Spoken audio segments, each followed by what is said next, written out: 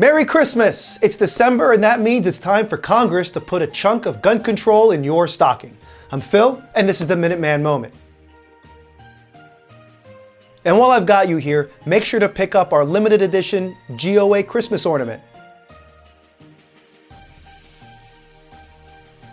Hey Santa, can I get that Sons of Liberty Garand Thumb 14.5 rifle for Christmas?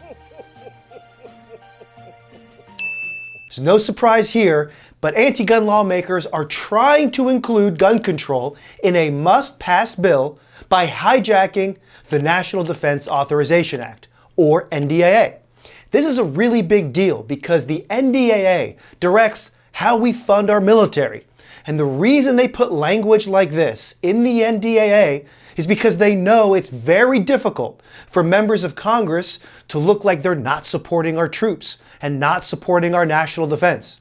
So the anti-gunners hope that they can leverage support for defense into passing gun control. But I'm here to tell you that Gun Owners of America is fearless, and we're not going to play their stupid games. Last year, they tried including a national red flag gun confiscation provision in the NDAA.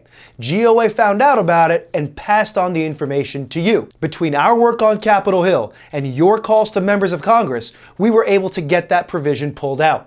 But for this year's NDAA, a congressman added an amendment to set up a pilot program for so-called safe storage of guns. Supporters of safe storage argue that the delay it takes to unlock a safe, a trigger guard, or just generally make a firearm harder to access will make it harder for the gun to be used for a person to harm themselves or an innocent person.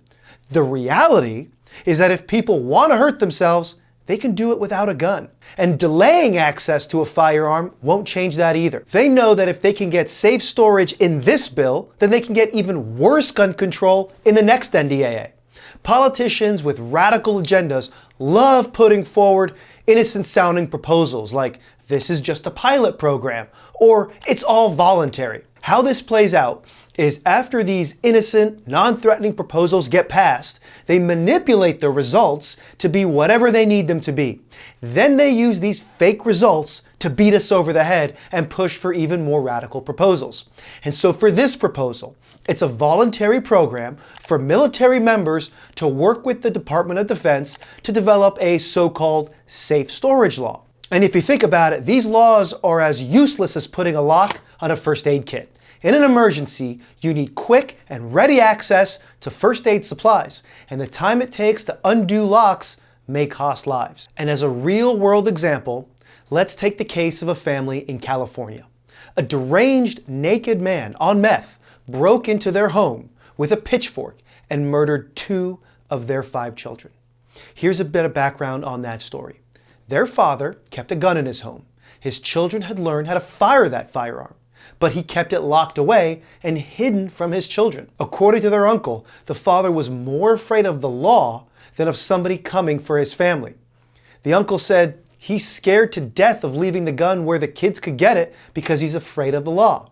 He's scared to teach his children to defend themselves. The uncle said that the father feared overregulation as well as laws that make gun owners criminally and civilly liable if their children or others are injured. Now, laws like this restrict people's ability to defend themselves, but there's a lot more to this. They also play right into the hands of gun grabbers and politicians with bad intentions. Inevitably, for this pilot program to be enforced, even under voluntary conditions, there would need to be inspections by the government on how and where guns are stored by the participants. Even if it's a voluntary program, this creates a precedent so that the government will figure out the most effective means of investigating your home and figuring out how many firearms you own, where you put them, and how you're able to access them. If this passes, how long will it take for this voluntary program to become a mandatory program?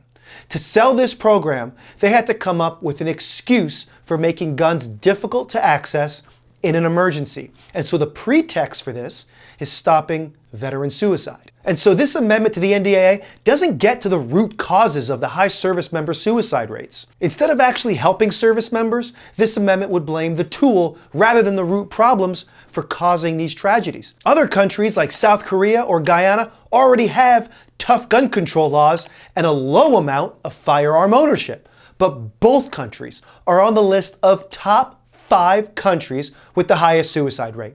This program won't reduce suicides in the military. If anything, it'll de-incentivize people from looking for help because they'll be worried they'll lose their right to defend themselves as some doctor says they're unfit to have access to their guns. The only thing this program does is create a blueprint for gun control in the future. This program empowers midwit bureaucrats like the Defense Secretary Lloyd Austin to find the best way to document how many firearms you own and how you store them so it's easier to confiscate them later. So what are we doing about all this? Same thing we did when we won last year's NDAA fight. Flood Congress with your demands that they yank this out of the NDAA. Then we carry that message personally to Capitol Hill here in Washington. And no matter who your senators and representatives are, it is useful to call them. If you have a pro-gun elected official in the House or Senate representing you, they need to be aware of your concern so they can pressure their colleagues and their leadership to get rid of this thing. And if you have anti-gun elected officials in the House or the Senate, they need to know that you hate this. As I've said before, Congress is lazy. Most of them just want to hang out with donors and eat well instead of doing their job. All they want is a quick and easy win, not a long, painful, and costly dogfight of a legislative battle. So if you hit the link in the description, we have a pre-written letter for you to email your representative and 2 senators in 30 seconds. That's all it takes. Then call the number displayed on the screen below. Ask for each of your 2 senators and your representative. And if you have to leave a message, keep it short and respectful. Let them know where you live and that you oppose the safe storage program in Section 1075 of the NDAA and all other gun control they may decide to try and sneak in later. And the last thing you can do is share this video. Get around the algorithm. Let your friends and family know to also use the link and phone number to tell their elected officials to remove all gun control from the NDAA. All right, that's it for now. I'll see you next time.